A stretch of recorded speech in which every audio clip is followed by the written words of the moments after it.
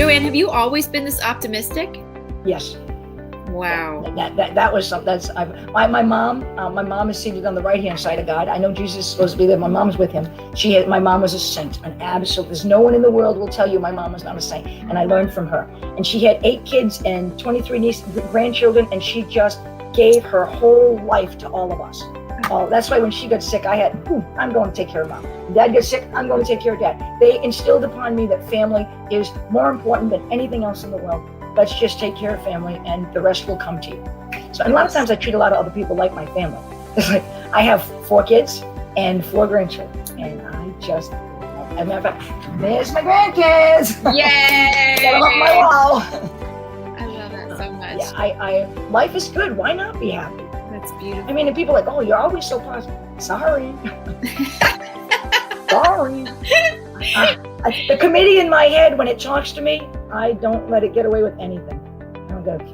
Here's another thing Jack Canfield says. You guys are all going to run out and buy his book because the guy's a mastermind. He's incredible. But he says, change the word but to the word and. So we're getting back to the entrepreneurship, okay? What can you do to get, okay? I want to go out to eat tomorrow night, but I have too much work to do. Change the but to the word and. I want to go out and eat tomorrow night, and if I get up an hour early tomorrow morning, I can get the work done. I want to go out to eat tomorrow night, and if I stop fooling around right now, I can make up the hour. I want to go out to eat tomorrow night, and if I don't watch 3 hours of movies tonight, I only watch 2 hours, I can get my work. You can do anything you want if you get rid of the word but and use the word and. Be resourceful, okay? Just be resourceful. If you say he says anytime you have a decision and it's something that you can't do, and you look at it and find 3 ways you can. No matter what, figure out 3 ways it can be done. There is nothing you can't do if you don't want. God put everything we need on this earth. You can't create anything. There's nothing to be created, okay? You can make a cake, but you had to have the ingredients already here. So God's already put everything here. It's in your mind that things get shaped. So take something God put here and shape it in your mind. It's really so good. Woo! Anyway, so then you're ready to kick me off. I do have my last little story from Jo-Ann, I do not. Like, seriously, I've been praying and I'm like, Lord, help me. And we were listening to I want these lives to be amazing, and you are amazing. I am. Oh, geez. So if you're thinking about doing lives, here's a nugget, because we've been watching Jordan Peterson. He just did a whole podcast on lives. Really? He did a podcast on podcasts. And he said the reason that long form podcasts build a better audience, which I've never heard this before, but it's actually true in my experience. Like, I will listen to Joe Rogan for 3 hours. Why?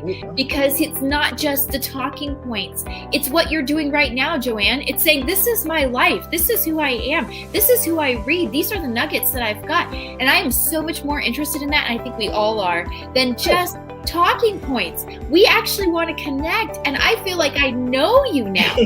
And so I'm like, shoot, I don't know what I'm going to do next for my next Facebook Live. I know I have guests coming up, but the long form I'm really passionate about now, because what you're doing is adding so much value. You're sharing your heart, and people are saying, oh, I can connect to that. Like, it's beautiful. Like, how many of us grew up with people in our lives that family was the most important thing to them? That's not everybody's story, Jo-Ann. I know. And you are sharing it, and it is so freaking beautiful. You know, we talk about our why. My why for doing this is that my husband got really sick in 2016. We never were able to fully raise what we needed to raise for our ministry, and it kicked us out. And I'm over here going, Jesus, you help me. You use my gifts in whatever way that I can to help take care of my husband and my sons. I'm going to start crying. That is my why. And so when you talk about your why, you didn't know your niche. And I'm still like, am I a life coach? Am I a this? Am I a that? I just want to help people. I just want to help people. I just want to help people. And I am a good coach. I do amazing work. I've got people back to relationships, but that's not all there is. And so I love that you're telling us more. So keep going. What else is on your mind? You said you had another story. Okay. Well, I have the last story, but you want to be vulnerable. Okay. So this is the positive person coming out here now, okay? So everybody's gonna look at her. Well, her life is so great. She doesn't have any problems. You don't want to know how many times people have hit me with in the last couple of weeks. Well, of course you're making it. Nick keeps bringing up your name. Well, of course you're making it.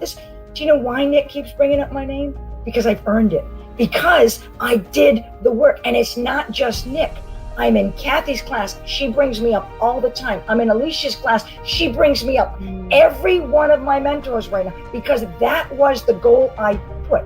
They said, make yourself known. Get out there. Let people recognize you. I am recognized in 7 different places right now at the same time. So yeah, okay, so this person's doing it, but that's not, if that's what you're looking at, your mind needs to be readjusted. Think about how I got to get my name that way.